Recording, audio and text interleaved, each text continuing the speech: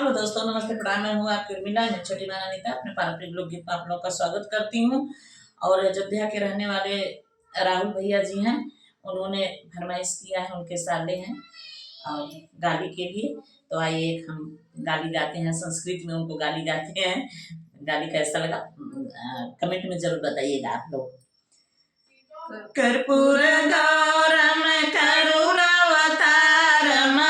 कर्पूर गौरम करुणावतारम, राजकुमार के बहिना के ले गलसियारम। आय सीताराम से भजो, शिवांश के बहिना के ले गलसियारम। आय सीताराम से भजो, रोए राजकुमार साले ठोके कपार, रोए शिवांश साले ठोके कपार। अरे हमारे बहिना के गलसियारम, आय सीताराम से भजो।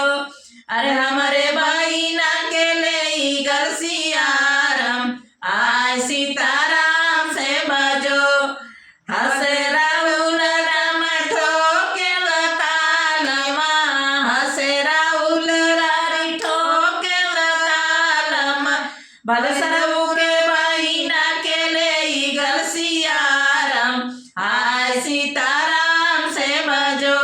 बलसरऊ के बहिना के ले गलसियारम, आय सीताराम से भजो।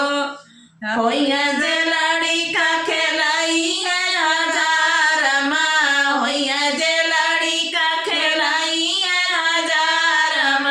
बलसरऊ के बहिना के ले गलसियारम, आय सीताराम से भजो।